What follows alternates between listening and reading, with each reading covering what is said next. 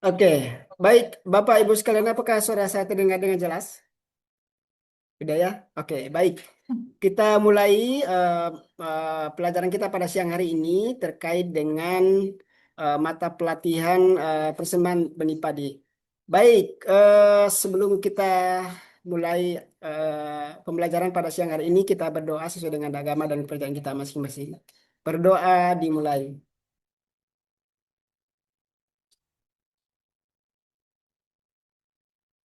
Berdoa selesai. Baik, izin saya share screen ya materi saya pada saat ini.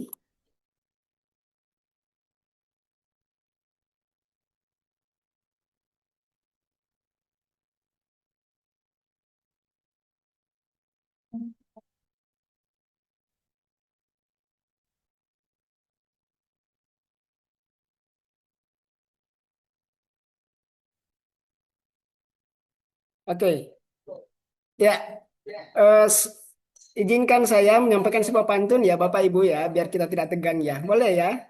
Jangan coba ya, jangan lupa cakepnya ya. Iya Pak, boleh. Oke, baik.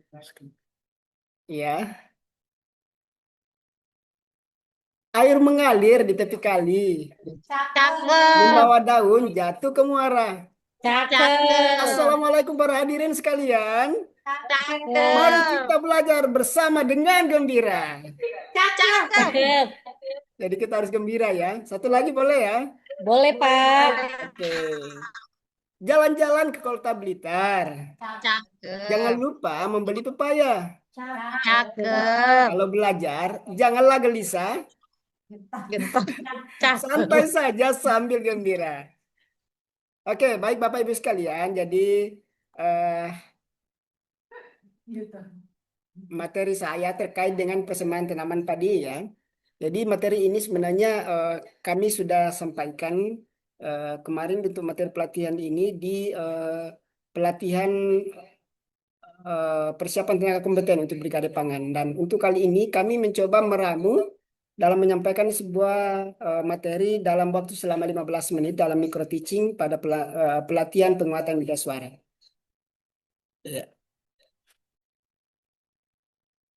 Oke, saya ingin menyampaikan buat teman-teman, jadi kira-kira dari eh, apa level smile pada siang hari ini kira-kira teman-teman ini, Ibu Erma, siapa nih, Mbak Happy, kira-kira di level mana nih untuk pembelajaran pada siang hari ini? Apakah di level 1, level 2, level 3, atau mungkin full senyum di level 5? Gimana? Mbak Happy gimana? Di level berapa? Level 5 Pak, Level full 5. senyum, always happy. Masya Allah. Erma? Pak, Sama. level 5. Oke, jadi kita harus tetap smile, full smile ya di level 5. Oke, biar kita lebih semangat ya. Jadi jadi tetap kita harus semangat pagi ya. Meskipun sudah siang seperti ini, tetap kita harus semangat pagi. Oke, lanjut ya. Sebelum kita lanjut, saya perkenalkan diri ya. Jadi ini biodata saya. Nama saya ya Samsir Pantesukun, Widya Suara Ahli Pertama di Balai Besar Pelatihan Pertanian Batang Kaluku. Kalau dilihat dari gambar ini yang tampil ini, sepertinya saya lebih banyak eh, mendampingi teman-teman di lapangan ya, karena memang saya berawal atau pada saat bergabung dengan Batalongku sebagai tenaga teknis. Meskipun secara latar belakang pendidikan saya memang basicnya di pertanian ya, mulai dari SMK Pertanian, kemudian masuk di S1 Agroteknologi Pertanian, S2 di Agroteknologi Pertanian. Kalau di pengalaman karir di organisasi di waktu saya bergabung dengan Batang Kaluku di tahun 2011, saya 10 tahun kemudian dipercayakan oleh organisasi bertugas sebagai pengelola barang negara. Kemudian pada tahun ini, awal tahun 2025, kemudian bergabung dengan Bida Suara. Oke, tujuan pembelajaran ya. Jadi untuk materi ini sebenarnya membahas tentang persemaian. Jadi hasil belajar diharapkan adalah peserta dapat memahami tentang persiapan benih untuk tanaman padi serta dapat menguraikan proses persemaian tanaman padi dengan baik dan benar. Nah, indikator yang bisa dihasilkan adalah peserta dapat menjelaskan tentang proses persemaian benih dengan baik, kemudian peserta dapat menguraikan proses seleksi benih, dan peserta dapat menjelaskan tentang teknik penyemaian benih padi dengan baik dan benar. Nah, sebelum lanjut saya mau tanya nih teman-teman, Bapak Ibu sekalian, ada yang tahu nih kira-kira apa itu yang disebut dengan benih atau benih padi kira-kira? Mbak Erma atau Happy? Ibu Happy? Baik Pak, izin Pak. Mm-mm. Baik Pak, penyiapan benih padi adalah biji padi yang akan ditanam di lahan pertanian kita Pak. Iya, betul sekali. Iya. Oh iya, maaf nih. Kok hilang share screen saya? Iya, jadi benih padi eh, kalau dia benih sebenarnya, benih itu bisa berupa biji, bisa berupa eh, apa stek atau stolon. Tetapi kalau benih padi merupakan biji atau benih yang memang dipersiapkan untuk perkembangan atau pengembangbiakan suatu tanaman. Karena benih adalah satu faktor yang sangat menentukan keberhasilan produksi karena mampu memberikan kontribusi dalam peningkatan sampai pada 40%. Jadi bayangkan saja apa proses produksi itu eh, sangat dipengaruhi oleh faktor benih. Sisanya 60% itu adalah terkait dengan pemeliharaan, pengendalian hama dan penyakit, dan panen dan pasca panen. Eh, jadi benih atau gabah yang dihasilkan dengan cara khusus dengan tujuan untuk ditanam atau ditabur di persamaian jadi pertanaman. Selanjutnya, kalau di dalam Permentan sendiri, Peraturan Menteri Pertanian di nomor 39 tahun 2026 itu sudah diatur terkait dengan jenis-jenis benih. Ya. Jadi ada benih penjenis atau benih induk, ya, ditandai dengan label kuning. Kemudian turunan dari benih penjenis itu ada benih dasar, ya. Kemudian turunan dari benih dasar, kemudian ada benih pokok yang biasanya dilakukan oleh penangkar benih. Dan kemudian ada benih sebar. Nah, benih sebar ini yang kemudian banyak yang diperjualbelikan di toko-toko pertanian ya. Dan untuk benih sebar sendiri, biasanya eh, biasanya benih ini tidak bisa dikembangbiakan lagi, ya, karena sudah eh, turunan dari benih pokok. Untuk benih pokok sendiri, ini yang kemudian dipakai oleh penangkar benih untuk dikembangbiakan. Ya, ini adalah label-label dari benih-benih jenis ya. Nah, sekarang mengapa harus menggunakan benih bermutu? Ya, tentunya yang pertama adalah karena benih bermutu itu menghasilkan bibit-bibit yang sehat dengan akar yang banyak. Otomatis kalau dia perakarannya bagus, maka proses penguraian unsur hara dalam tanah itu akan lebih bagus, sehingga menyebabkan pertumbuhannya lebih baik. Kemudian benih yang baik akan menghasilkan perkecambahan dan pertumbuhan yang seragam. Kemudian ketika ditanam atau dipindah, maka bibit atau benih yang baik dapat tumbuh lebih cepat dan lebih tegak, ya. Kemudian benih yang baik tentunya akan menghasilkan produksi yang lebih maksimal. Kira-kira kalau dilihat dari gambar di samping ini, kira-kira Mbak Ibu Happy atau mungkin Ibu Erma, kira-kira mana ya nih yang bibit yang bermutu nih? Gambar kiri apa gambar kanan nih kira-kira? Mbak Happy, yang tegak apa yang nggak tegak ini? Yang kiri apa yang kanan? Yang kanan, Pak. Oke, yang kanan ya. Oke, kita lihat ya. Oke, ya sepertinya yang kiri ya. Jadi bibit bibit bermutu itu yang di kiri. Kenapa? Kalau kita lihat dari foto ini ya, dari foto ini kita lihat dari bijinya, sepertinya ini bijinya bernas atau ya berisi penuh ya. Kemudian tanamannya tegak, kemudian daunnya juga tegak. Kita ketahui kalau daunnya tegak, ini sangat berpengaruh terhadap proses fotosintesis pada saat dengan bantuan sinar matahari. Ya. Nah, selanjutnya varietas unggul itu berbanding lurus dengan benih bermutu. Nah, makanya varietas unggul baru itu memang disarankan yang spesifik lokasi. Kita ketahui bahwa setiap benih atau varietas-varietas tertentu itu sangat tergantung kepada kondisi tempat. Jadi memang ada bibit atau benih yang memang spesifik atau cocok dengan lokasi-lokasi tertentu. Misalnya varietas ada yang cocok untuk dataran tinggi, sebaliknya ada varietas yang cocok untuk dataran rendah. Kita ketahui misalnya ada di beberapa tempat misalnya kalau kita kenal dengan varietas eh, beras hitam, yaitu padi hitam itu asalnya dari Toraja. Itu dikembangkan di sana karena memang dia lebih cocok dengan spesifik lokasi di sana. Kemudian juga kita kenal ada namanya Pulu Mandoti, ya. Itu adalah varietas lokal yang memang sangat cocok dengan kondisi-kondisi tertentu. Dan itu kalau dibawa di tempat lain maka tidak cocok dengan dataran rendah. Makanya sudah banyak para peneliti atau para pemulia tanaman kemudian mengembangkan varietas-varietas tersebut kemudian dikembangkan.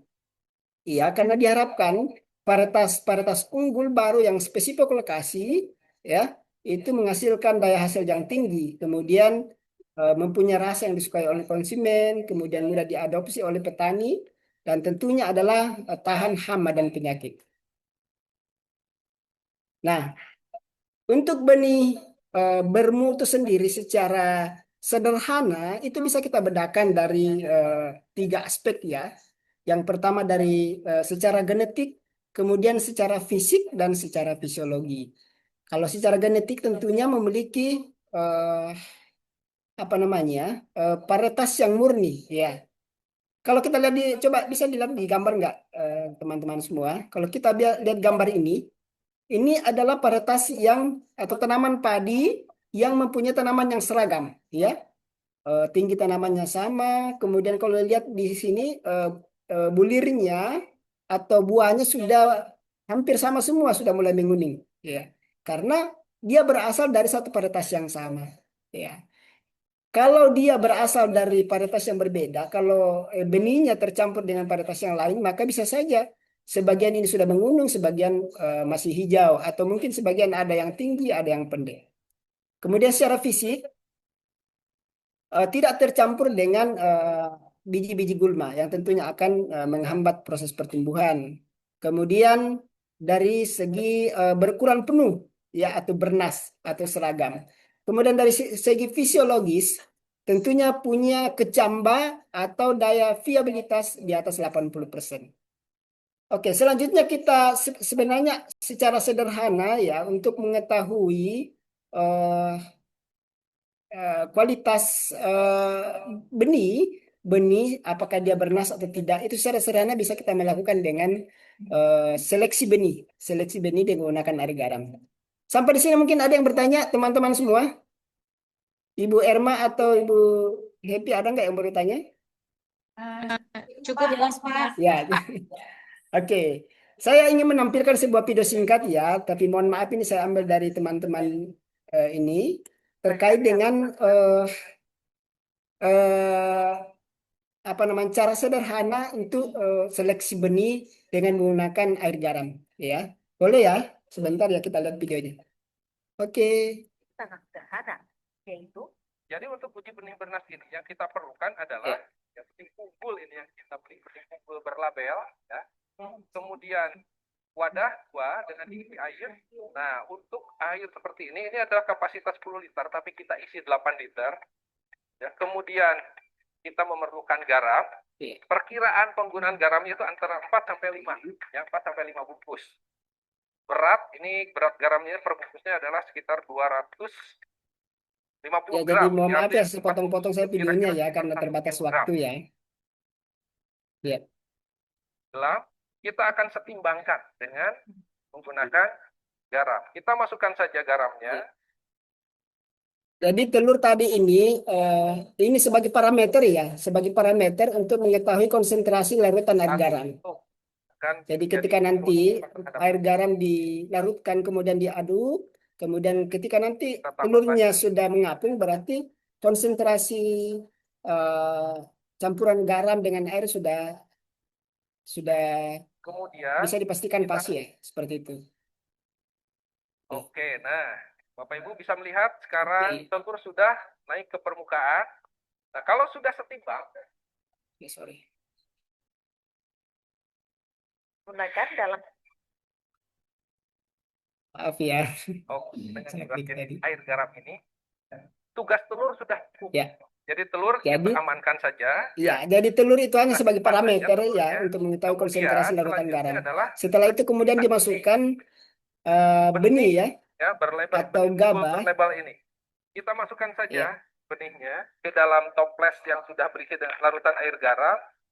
Diperkirakan saja. Nah, ini bisa digunakan beberapa kali, Bapak Ibu ya. Selanjutnya, Tadi masukkan ke dalam ya, larutan air garam ini. Ini ada yang tenggelam, oke. ada yang melayang, dan ada yang mengapung di permukaan. Nah, ini kita coba lihat. Iya. Jadi benih yang terapung otomatis adalah benih yang tidak bernas atau tidak berisi penuh. Nah, ini kemudian diseleksi, kemudian dipisahkan. Nah, sementara benih yang tenggelam, nah itu yang kemudian dianggap sebagai bernas atau berisi penuh. Inilah yang kemudian dijadikan bibit atau benih untuk dipersemaian. Ya. Baik, Bapak Ibu sekalian, saya pikir itu ya kalau sudah tidak ada yang bertanya. eh, Saya ingin memberikan pertanyaan atau mungkin evaluasi ya sebelum kita akhiri pembelajaran ini.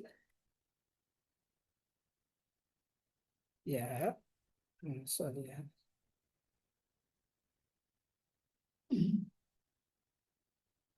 Oke, ya jadi saya eh, ya oke jadi ini ada beberapa evaluasi jadi tolong di screenshot atau mungkin dicatat ya. Kemudian disetor nanti ke kami. Yang pertama coba sebutkan dan jelaskan secara singkat apa itu benih. Kemudian coba jelaskan secara singkat tahapan seleksi benih dengan menggunakan air garam. Kemudian jelaskan secara singkat cara penyemaian benih atau dengan menggunakan sistem kering dan basah dan menggunakan tray atau dapur. Ya, begitu ya, Bapak Ibu. Baik, Pak. Pak.